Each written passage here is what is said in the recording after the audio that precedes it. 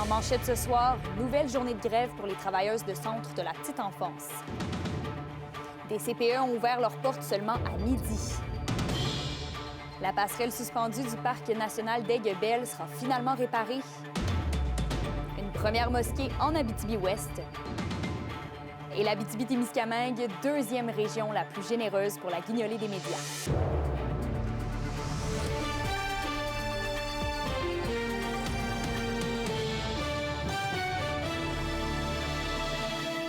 Bon vendredi soir, bienvenue au TVA 18h. À l'occasion d'un mandat de grève, les CPE affiliés à la FIPEC de la région ont ouvert leurs portes à midi aujourd'hui. Donc en matinée, les éducatrices et la FIPEC sont allées manifester et piqueter devant les bureaux du député de Rouyn-Noranda-Témiscamingue pour dénoncer l'inaction du gouvernement. Un reportage de Cita Anne-Julie Labrec.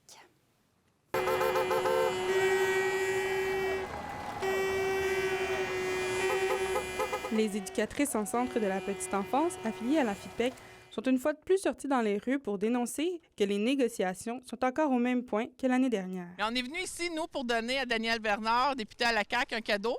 C'est une guirlande de Noël aux couleurs de notre négociation pour qu'il puisse la mettre dans son sapin de Noël et parler à ses collègues de la CAQ et qu'il puisse les convaincre de nous donner beau cadeau de Noël, puis qu'on puisse régler avant les fêtes pour avoir l'esprit tranquille, puis que mes collègues puissent partir fêter Noël avec leur famille sans avoir en tête les problèmes d'argent et de charges du travail. Les actions du gouvernement dans le dossier laissent le personnel insatisfait. J'aimerais ça qu'une fois pour tout, on nous prenne au sérieux, on est des professionnels de la petite enfance.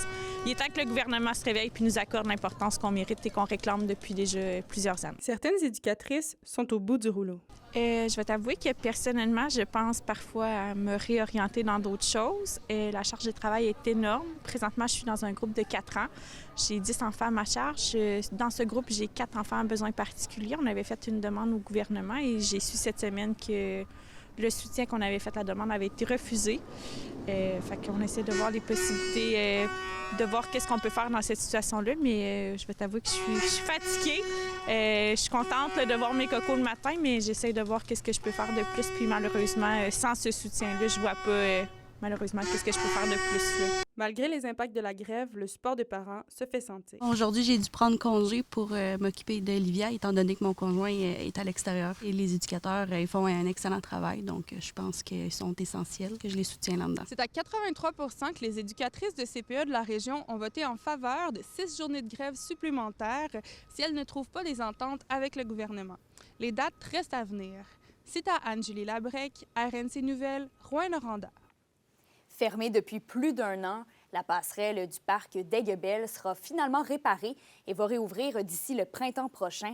Des investissements de plus de 600 000 $ seront effectués pour ces travaux. Alexis Dumont a les détails. Inaccessible depuis l'été 2023, la passerelle du parc national d'Aiguebelle en Abitibi sera finalement réparée grâce à un investissement de 643 000 $ financé par la CEPAC. Il y avait des problèmes, notamment avec des tendeurs dans la passerelle, puis certains autres enjeux. Donc, on n'a pas voulu prendre de chance. On a bien évidemment fermé la passerelle le temps que les analyses puissent être faites par les gens compétents en la matière. Une fermeture qui avait été nécessaire afin d'assurer l'intégrité et la sécurité de tous. Il a fallu évaluer le coût des travaux et s'assurer que les sommes pouvaient être rendues disponibles pour la réparation. Et là, donc, effectivement, il y a un 643 000 $ qui va être investi pour pouvoir réparer la passerelle et l'objectif, c'est qu'elle soit réouverte là, pour le printemps prochain. Une réouverture qui réjouit grandement Tourisme Abitibi. C'est sûr que ça a des répercussions sur toutes les organisations qui sont associées au gouvernement. Donc, on savait que ça ne serait pas facile, mais on a été quand même agréablement surpris de la réponse, de la réponse que nous avons obtenue de la haute direction de la CEPAC. D'autres projets seront d'ailleurs mis en vigueur afin d'améliorer la qualité de l'expérience offerte à l'intérieur du parc. Cet hiver aussi, pour la première fois, le directeur va faire déneiger l'ensemble de la route 1 qui relie, dans le fond, le secteur Montbrun et le secteur Tachereau, ce qui fait en sorte que les gens qui habitent au nord du parc, par exemple à Macamic, Lasserre, Amos, vont pouvoir entrer dans le parc par le secteur Tachereau et non pas avoir à faire le grand tour jusqu'au secteur Montbrun. Donc, ça vient comme offrir non seulement d'autres possibilités de randonnée, mais aussi un accès plus facile au parc pour les gens de la région. La CEPAC estime que les travaux prendront l'entièreté de l'hiver et que la réouverture sera prévue pour le printemps prochain. Alexis Dumont, RNC Nouvelles. Vos réponses à la question du jour TVA. Une présentation de la Clinique infirmière Nord-Ouest partout dans la région. Nous vous offrons des consultations rapides avec des infirmières et infirmières praticiennes spécialisées et un nouveau service de téléconsultation. Contactez-nous pour plus d'informations ou visitez notre site Web. Et à la question du jour, on vous demandait « Fréquentez-vous les parcs nationaux de la région? » Vous avez répondu oui à 52 %.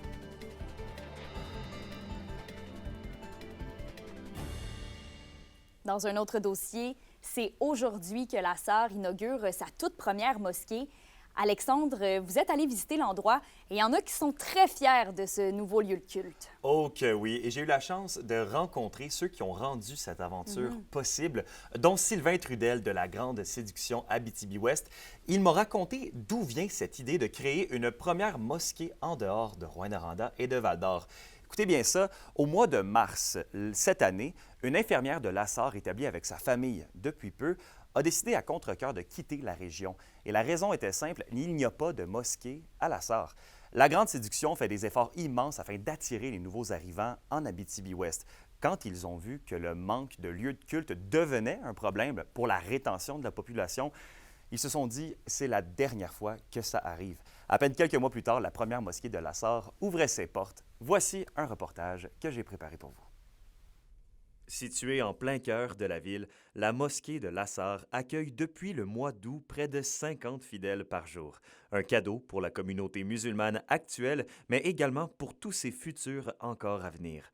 Un lieu de culte qui en comble plus d'un. C'est une très, très grande différence.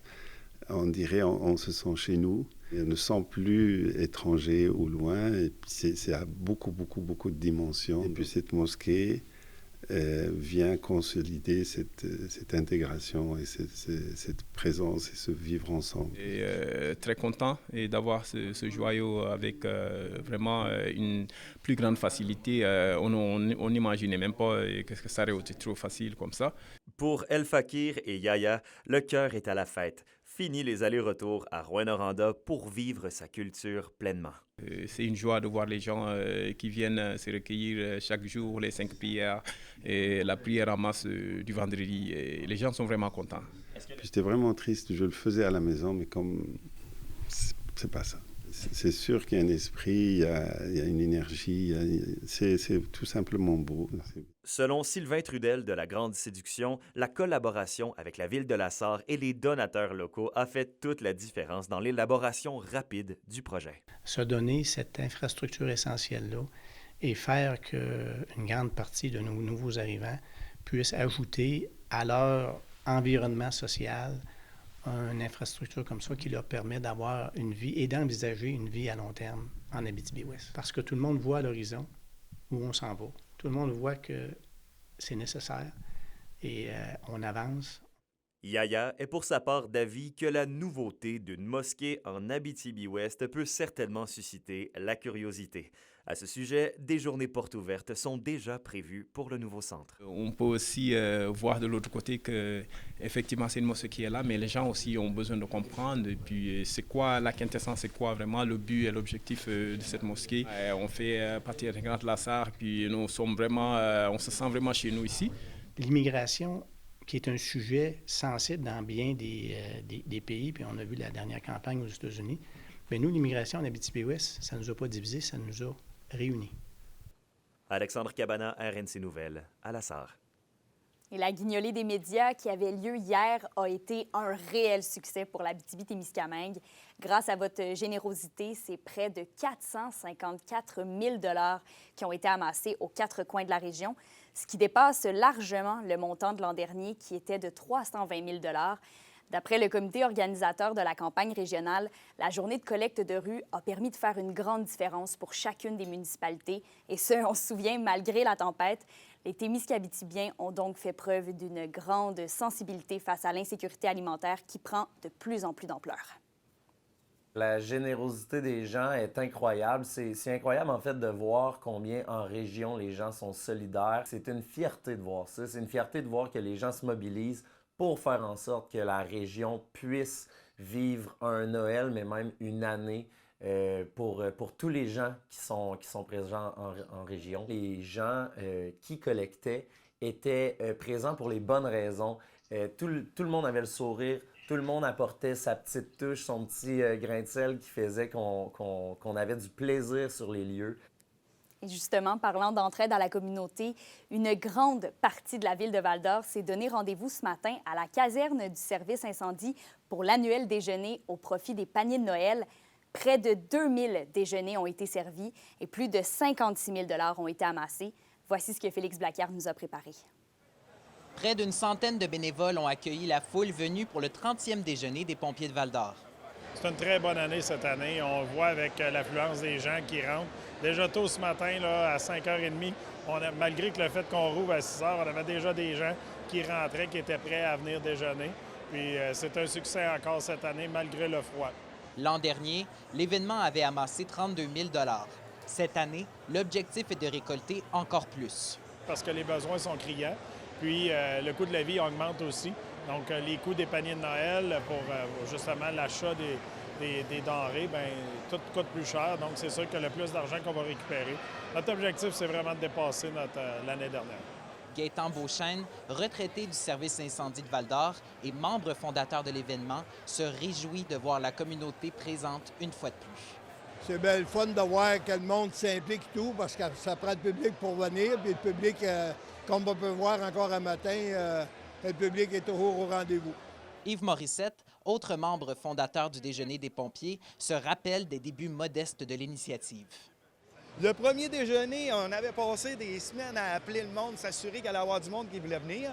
Et puis là, bien, le premier déjeuner, on avait eu environ une 60aine de personnes. Hein?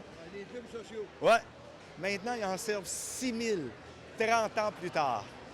450 paniers de Noël ont été acceptés sur les 651 requêtes à Val-d'Or cette année, en espérant qu'avec l'argent amassé ce matin, toutes les demandes seront comblées. Félix Blacquart, RNC Nouvelles, Val-d'Or. Et les membres de Promutuelle Assurance Boréal, basés à Amos, se sont exprimés en faveur du projet de regroupement avec Promutuelle Assurance Horizon Ouest de Vaudreuil-Dorion. Le vote s'est tenu hier à Mont-Tremblant en présence de 76 personnes lors de l'Assemblée générale extraordinaire. Quelques personnes de l'Abitibi étaient présentes. Avant que la fusion ne soit officialisée, les membres de la mutuelle en Montérégie doivent s'exprimer le 11 décembre prochain. En tout, le projet doit recevoir l'appui de 2/3 des membres. On rappelle que plusieurs dizaines de citoyens d'Amos s'étaient montrés en désaccord avec le regroupement lors d'une séance d'information tenue lundi. L'indice boursier minier au TVA Nouvelle 18h est une présentation de GFM Groupe Financier. Dirigeants d'entreprises et particuliers, fiez-vous aux experts de GFM pour vos placements, assurance de personnes et assurance collective. Car pour vous, ils vont au-delà de la finance. Bonjour, ici Fanny Urtubise, agente à l'animation et au projet culturel pour la ville de Rouyn-Noranda. Demain, on vous prépare une journée de jeux de société à la bibliothèque. On vous en parle à la chronique culturelle. C'est correct?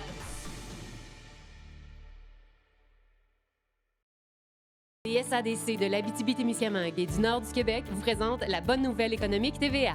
Avec des investissements de plus de 92 millions de $, les sociétés d'aide au développement des collectivités ont fait une réelle différence pour plus de 10 000 entreprises au cours de la dernière année financière, en plus de soutenir 1 883 projets collectifs. En Abitibi-Témiscamingue et dans le nord du Québec, ce sont tout près de 8 millions de $ qui ont été investis auprès de 234 entreprises. Les SADC, partenaires de l'économie de la région.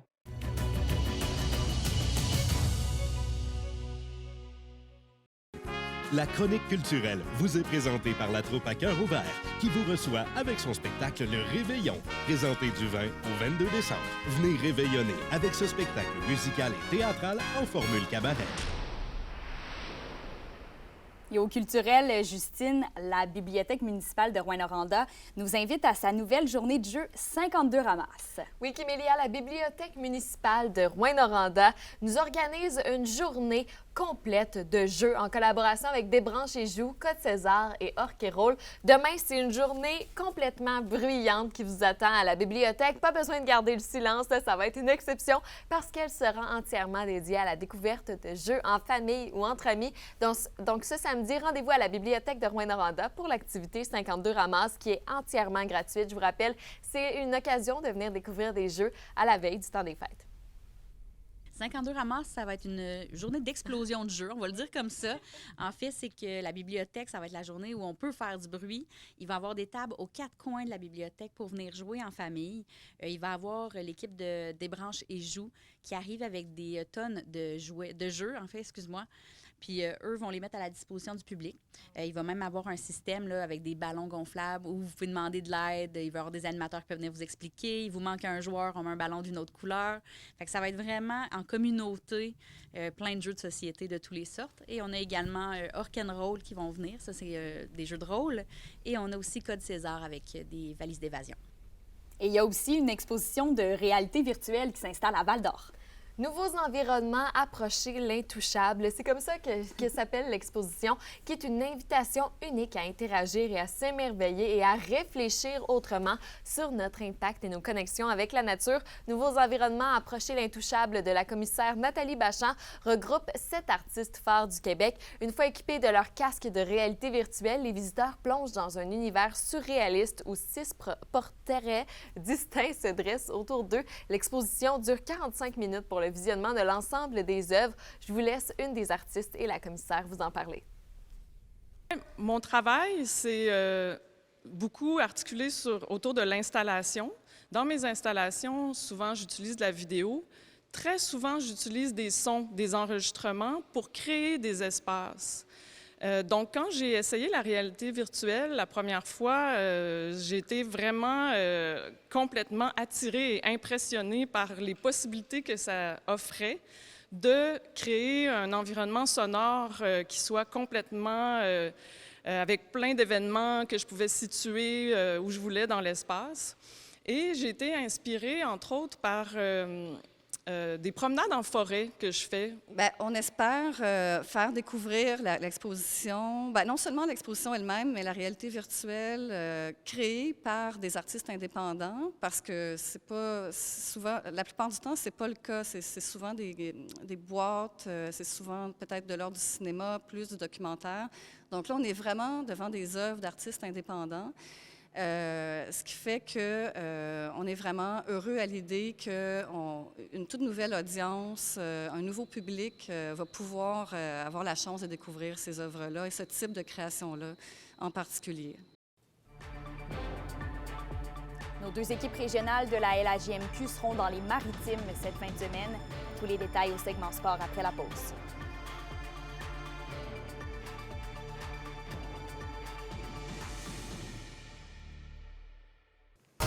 Les sports vous sont présentés par Thibaut GR, votre concessionnaire de confiance à Rouyn-Noranda, là où qualité et choix se rencontrent. Et les Foreurs de Val-d'Or mettent fin à une série de 3 défaites de suite en l'emportant 6-5 en prolongation sur les Highlanders de Charlottetown. Philippe Veilleux ne dérougit pas et enfile 2 points dans la victoire des siens. Mais la première étoile du match revient à Donovan Arsenault, qui a bien fait avec 2 buts, dont le but gagnant en prolongation. Et d'ailleurs, nos 2 équipes de la région continuent leur périple dans les Maritimes. Après leur victoire d'hier, les Foreurs de Val-d'Or reprennent l'action ce soir contre Halifax avant de se diriger du côté du Cap-Breton dimanche. 2 matchs importants pour les Foreurs qui tentent toujours de se sortir des bas-fonds du classement. Ils sont présentement avant-derniers dans la LAJMQ. Et pour ce qui est des Huskies, ils vont tenter de consolider leur place dans les 5 meilleures équipes de la Ligue, eux qui n'ont récolté que 3 points lors de leurs 4 dernières sorties. La troupe de Steve Hartley se frottera aux Titans d'Acadie Batters ce soir pour ensuite se diriger samedi à Moncton pour affronter les Wildcats qui trônent au sommet du classement. La Meurthe terminera son périple dimanche à Charlottetown. Pour une nouvelle importante à nous communiquer, contactez-nous, nouvelles au pluriel @rncmedia.ca par téléphone au 1-866-463-4636 et notre site web tvaabitibi.ca.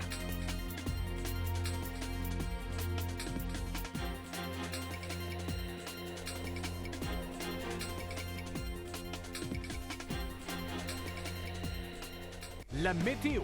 Une présentation de Nicole Auto de la Sarre, la capitale du pick-up. Vous y trouverez toujours le meilleur choix, toujours le meilleur prix. À la météo, Justine, ça risque d'être assez froid comme température cette nuit. Oh oui, Kémélia, le mercure va descendre à moins 20 degrés cette nuit, alors c'est pas chaud.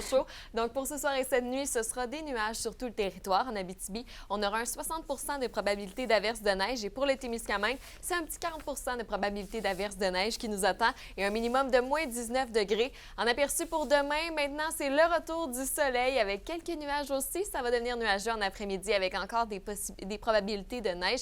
Maximum de moins 12 pour l'Abitibi et de moins 9 pour le Témiscamingue. Et pour dimanche, ce sera des nuages avec un maximum de moins 5 partout en région. Je pense vraiment que le soleil va nous faire du bien en fin de semaine, Kémélia. Alors, on en profite. Oui, merci Justine.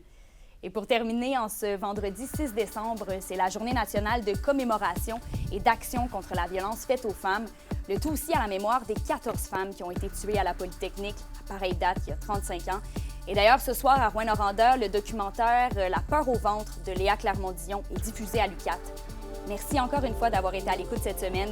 Sur ce, je vous souhaite une belle soirée. On se retrouve lundi. Bon week-end.